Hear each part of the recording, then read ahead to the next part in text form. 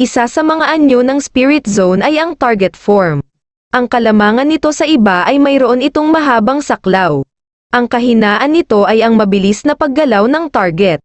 Ngunit kung ito ay susuportahan ng isang taong may parehong katangian, at may mahusay na kontrol sa kanyang spirit zone sa mataas na bilis, ang kahinaan nito ay maaaring mawala. Ito ay nagiging isang mahabang hanay ng kuta ng paghaharap na kinasusuklaman ng lahat. Kadalasan, ang mga kumukuha ng speed test ay nagbabago sa pagitan ng 4 na anyo. Kahanga-hanga talaga si Amy, sabi ng isang babaeng estudyante. At ang ibang mga estudyante ay namangha din sa ginawa ni Amy. Ako kaya ay magiging isang salamangkero din kagaya ni Amy, tanong naman ng isang lalaking estudyante. Kahit na ako ay isang baguhan lamang, masasabi ko na ang ginawa ni Amy ay isang kahanga-hangang pamamaraan. Hindi lamang siya umiikot sa kanyang spirit zone, kundi, lahat ng target na nasa loob ng spirit zone ay mabilis na naglaho. Literal niyang natamaan ang lahat ng target sa isang galaw lamang. Gayunpaman, ang ekspresyon ng mukha ni Amy ay nagpapakita ng pagiging mahinahon. At mararamdaman ang gilas na nagmumula sa kanyang mga galaw. Siya ay kahanga-hanga, kung bibigyan ako ng pagkakataon na lumabas kasama siya. Ang aking buhay eskwela ay magiging kakaiba, sabi ng isang lalaki. Hahaha, mangarap ka, wala siyang pakialam sa kahit sinong lalaki, sabi naman ng isang babae. Nakikita ko na kung bakit ang mga lalaking estudyante ay baliw na baliw sa kanya.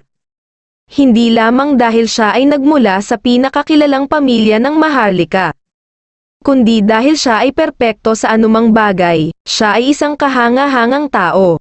Ngunit bakit siya ay sama-sama sa mga sanggano, tanong ni Shirene sa kanyang isip. Tapos na ang demonstrasyon ni Amy, siya ang nakakuha ng 9 na antas sa loob lamang ng 20 segundo. Si Amy ay biglang napatingin kay Shirene, at si Shirene naman ay nagulat dahil dito. Medyo nagalit naman ang ibang lalaking estudyante sa pagkakatingin ni Amy kay Shirene. Dahil inakala nila na may pagtingin si Amy kay Shirene. Ano ba, bakit ako napatingin sa kanya? Hindi ko ito kinakaya. At sigurado ako dito, iritang sabi ni Amy sa kanyang isip. Magkakilala ba silang dalawa, sabi muli ng babaeng estudyante. Hindi ito maaari. Kahapon pa lang siya nagpatala dito, sabi naman ng lalaking estudyante habang sila ay nakatingin kay Shirene. Nasambit naman ni Amy at Shirene sa kanilang isip na natatandaan daw ba kaya sila ng isa't isa.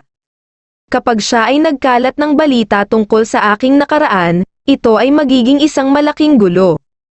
Kailangan ko ba siyang patahimikin, nasambit ni Amy sa kanyang isip. Hindi, kailangan kong kumalma, ako ang pinakamagaling at isang modelong estudyante dito sa Magic Academy. Walang dahilan para sila ay maniwala sa mga sasabihin ng isang bagong estudyante lamang. Kung ako ay magiging padalos-dalos, ito ay maaaring pagmula ng hindi pagkakaintindihan, pagpapatuloy na sabi ni Amy.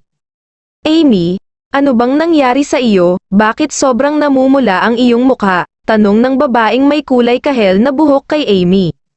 Ah, wala lang ito, sagot ni Amy pagkatapos ng demonstrasyon na ginawa ni Amy, ang mga estudyante ay hinati sa grupo. Para sa lahat ng miyembro ng ika-7 klase, magsimula kayong magsanay gamit ang defense form. Ang defense form ay isang bagay na dapat lagi ninyong sinasanay. Dahil kailangang mag-focus ng isang salamangkero kahit sa larangan ng magulong digmaan, paliwanag ni Teacher Ethela. Ang pamamaraang ito ay ginagamit upang maramdaman ko na pinipigilan ko ang aking kamalayan. Kailangan kong paikliin ang spirit zone upang makagawa ng istruktura. At pagkatapos ay kailangang itaas ang balangkas ng istruktura upang maihinto ang pagbagsak nito. At sa tingin ko, ako ay magtatagumpay, pero dahil hindi ko ito mailarawan, hindi ko ito makampirma. Ito ay magiging madali kung makikita ko ang aking spirit zone sa image zone, sabi ni Shirene sa kanyang isip. Ah, teacher, maaari ko po bang subukang gumamit ng image zone? Tanong ni Shirene kay Teacher Ethela. Ang image zone, ang mga estudyanteng nasa mas mataas na antas sana ang dapat na maunang gumamit nito. Pero mukhang wala namang interesado sa kanila na gamitin ito. Wala naman sigurong masama kung magagamit mo ito ng mas maaga, sagot ni Teacher Ethela. Amy, tingnan mo iyon, ang bagong estudyante ay pupunta sa image zone, sabi ng babaeng may kulay kahel na buhok kay Amy. Nagulat naman si Amy sa kanyang narinig, at halos mabilaukan na siya dahil siya ay umiinom ng mga oras na iyon. Sandali, ano bang ginagawa niya? Anong magagawa ng isang nasa ikapitong klase na katulad niya? Tarantang sabi ni Amy. Simula pa kanina ay puro kakaiba na ang mga ikan-ikilos mo, sabi muli ng babaeng may kulay kahel na buhok kay Amy. Nagpatuloy si Shireenay sa kanyang paglalakad patungo sa gitna ng image zone. At nang makarating na siya sa gitna, ay sinimulan na niyang buksan ang kanyang spirit zone. At sa ilang sandali lamang ay nagawa na niyang mabuksan ang kanyang spirit zone. Patuloy na lumalawak ang spirit zone ni Shireenay, at ang mga estudyante ay nagulat sa kanilang mga nasasaksihan. At patuloy pa din ang paglawak ng spirit zone ni Shireenay. Hanggang sa ito ay umabot na sa diameter na 20 metro. Ang mga estudyanteng nasa ikalimang klase ay gulat na gulat sa ginagawa ni Shireenay. Dahil ang karaniwang sukat ng spirit zone ng nasa ikapitong klase ay nasa 13 metro lamang. Nagawa pa ni Shireenay na mapalawak ang kanyang spirit zone. At kung ito ay magpapatuloy, ang density ng kanyang spirit zone ay bababa, at ito ay mawawasak. Bahagya ng huminto ang paglawak ng spirit zone ni Shireenay. At ngayon ay nagawa na niya ang defense form, ngunit may biglang hindi inaasahang pangyayari. Ang frame ay hindi nabuo, at ito ay guguho. Ang mga estudyanteng nasa ika-4 na klase ay namangha din. Ito ba ay dahil ako ay natatakot gamitin ang image zone? Hindi. Hindi ito dapat maging sanhi ng pagkawala ng aking konsentrasyon. Ano ang pagkakaiba ng ako ay nasa loob at labas ng image zone, sabi ni Shireenay sa kanyang isip. Agad na nakita ni Shireenay ang pagkakamali sa kanyang ginawa. Ibig sabihin, kailangang mapanatili ang spirit zone sa mas maliit na sukat, at kumukonsumo din ito ng kapangyarihan ng kaisipan. Para mapalitan ang anyo ng spirit zone, ang kapangyarihan ng kaisipan ay kinakailangang gamitin. At ang pagpapanatili sa maliit na sukat ng spirit zone ni Shireenay ay ang isang malaking problema. Ibinalik ni Shireenay ang kanyang spirit zone sa dati nitong laki. Nagulat muli ang mga estudyante sa kanilang nasaksihan. Nagpatuloy pa din si Shireenay sa kanyang ginagawa, ngunit, parang mas lalo pa itong lumalaki. Si Amy naman ay parang medyo natutuwa pa sa mga nangyayari. Patuloy pa din ang paglaki ng spirit zone ni Shireenay. Hanggang sa nagawa na ni Shireenay na mabuo ang isa sa mga anyo ng spirit zone. Ang mga estudyante ay patuloy pa ding namamangha sa mga ginagawa ni Shireenay. Si Shireenay ay nagtagumpay na makagawa ng isa sa mga anyo ng spirit zone sa kanyang unang araw ng pag-aaral sa Magic Academy. At kahit siya ay namangha din sa kanyang mga nagawa, siya ay parang nasa loob ng isang diamante. Masaya naman si Teacher Ethela sa mga ginawa ni Shireenay. Nagawa nito ang isa sa mga anyo na tinatawag na defense. Ito pa lamang ang unang araw ni Shireenay sa klase. Totoo pala ang balita na nakuha niya ang buong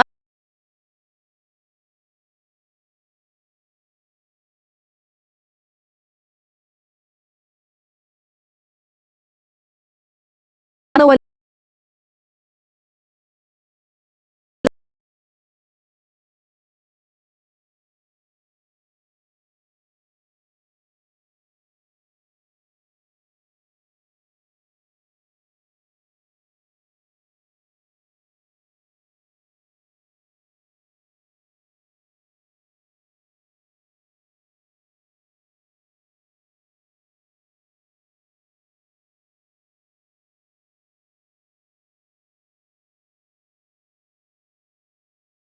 sabi ni Teacher Ethela sa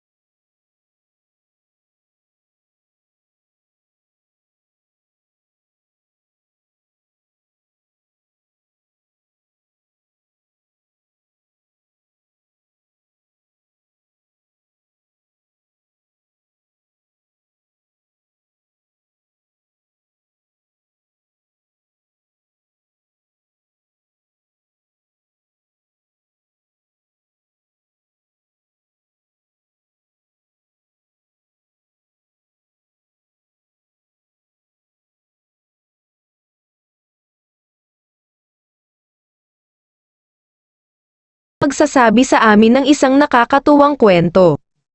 Totoo ba na lumalabas kayo ni Mr. Thad? Tanong ng estudyante kay Teacher Sina. Ngunit si Teacher Sina ay medyo nainis sa tanong sa kanya ng estudyante. Ibinukas ni Teacher Sina ang kanyang palad, at may lumabas dito na maliit na piraso ng yelo na animoy maliit na piraso ng jam anti. Mayroon bang makakapagpaliwanag ng teorya sa likod ng spell na ito? Tanong ni Teacher Sina sa mga estudyante. Ang mga estudyante ay medyo nakakaramdam ng lamig. At ang paligid ay nagyayelo na dahil sa sobrang lamig.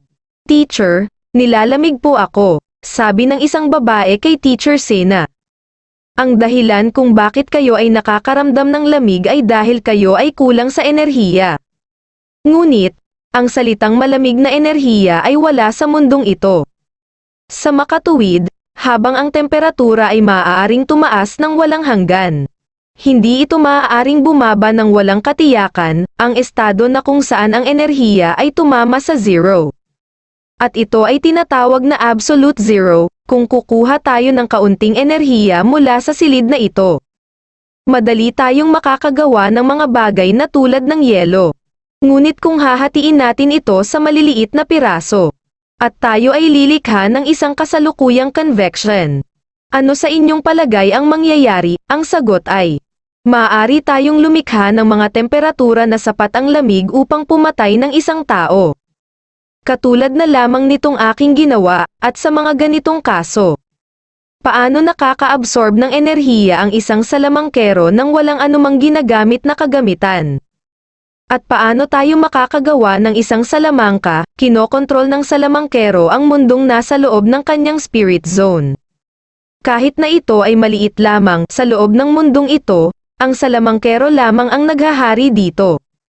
Habang naiimpluwensyahan ang pandama, ito ay maaaring lumikha ng liwanag, amoy, o pisikal na pakiramdam. Ang mga espesyal na pandama ng mga salamangkero ay nagbibigay sa kanila ng espesyal na kakayahan upang mamuno sa katotohanan. Dahil sila ay nagtataglay ng parehong kakayahan bilang isang Diyos. Paano kung hindi nila alam kung ano ang kaya nilang gawin? At kung papaanong ang salamangkero ay makakagawa ng salamangka? Kailangan nilang gawin ang ilang mga kondisyon, at ang mga kondisyong ito ay tinatawag na omniscience at omnipotence. Ang omniscience ay ginagamit upang malaman ang lahat. Ang omnipotence naman ay ang lakas na kayang gawin ang lahat. Ang dalawang ito ay itinuturing na kakayahan ng mga Diyos. At ito din ay ginagamit ng salamangkero upang makagawa ng salamangka. Kahit gaano ka makapagyarihan, at wala kang kaalaman, hindi naman ng mahusay na pandama, pinag-aaralan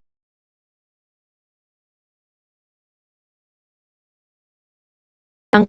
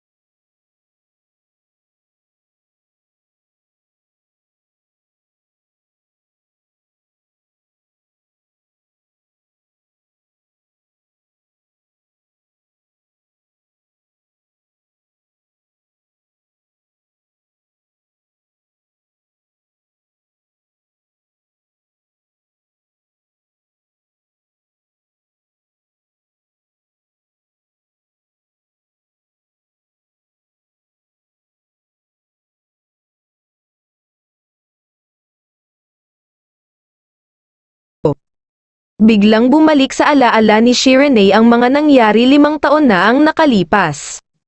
At naisip din ni Amy na si Shirley pa daw ba kaya ang batang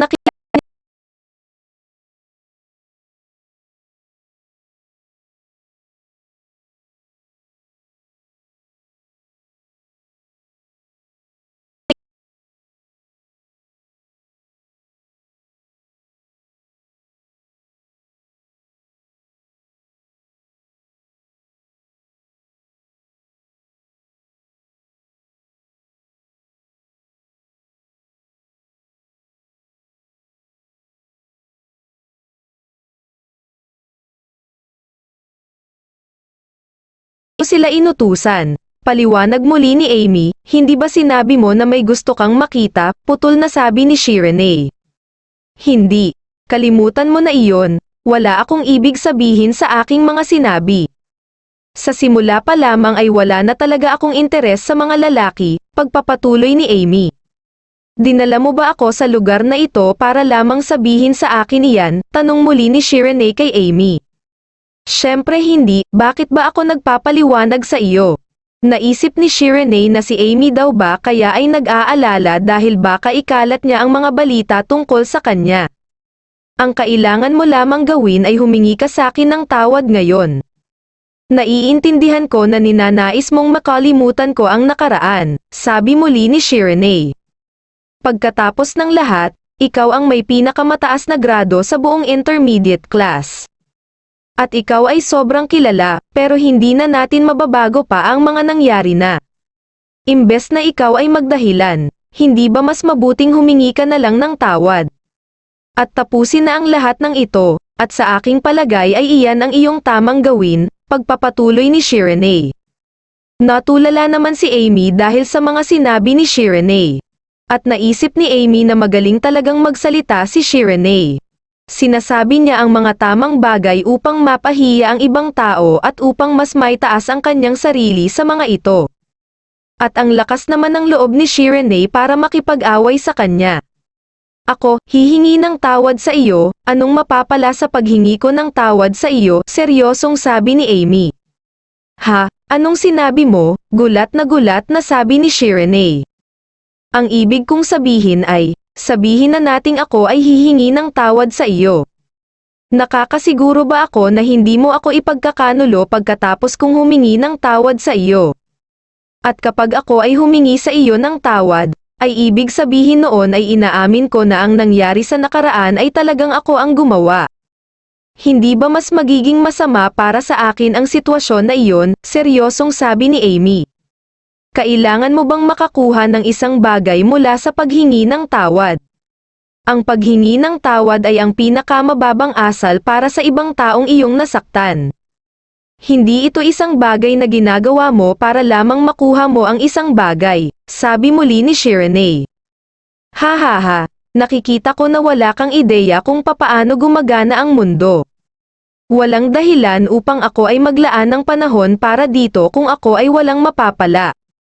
Kung patuloy kang magsasabi ng kalokohan, mahihirapan kang makaligtas sa Magic Academy kahit nalubayan pa kita. Naisip ni Shirley na ang pagiging isang modelong estudyante ni Amy ay gawa-gawa lamang. Ang kanyang masamang pagkatao ay hindi pa din nawawala. Nakakaramdam na ako ng pagkapanalo, isang bagay pa ang nais kong sabihin sa iyo.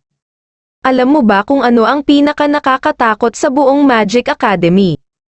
Ito ay ang mga upperclassmen, seryosong sabi ni Amy.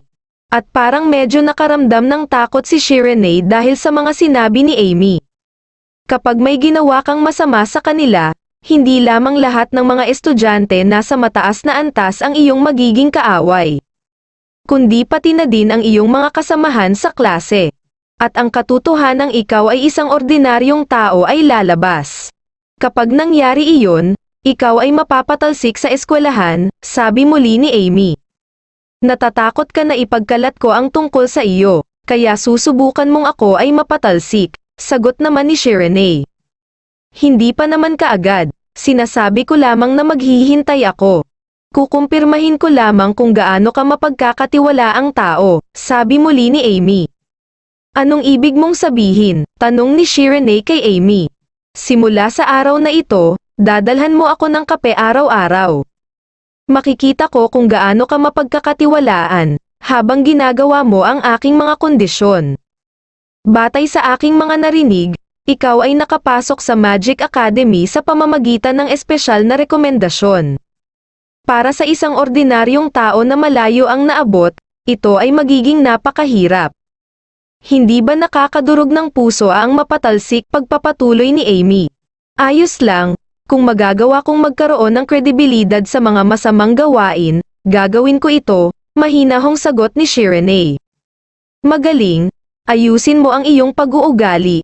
Pagkatapos ng lahat, ang iyong hinaharap ay nakasalalay dito, at kapag ito ay sinabi mo sa ating mga guro, ikaw ay tatapusin ko. Seryosong sabi ni Amy, at ito ay biglang lumipad paitaas at umalis na isip ni Shireenay na mas mabuti nang gawin niya ang nais ni Amy, kaysa sa siya ay mapatalsik sa eskwelahan, pero siya ay nagagalit, dahil hinayaan niyang gawin niya ang mga nais ni Amy.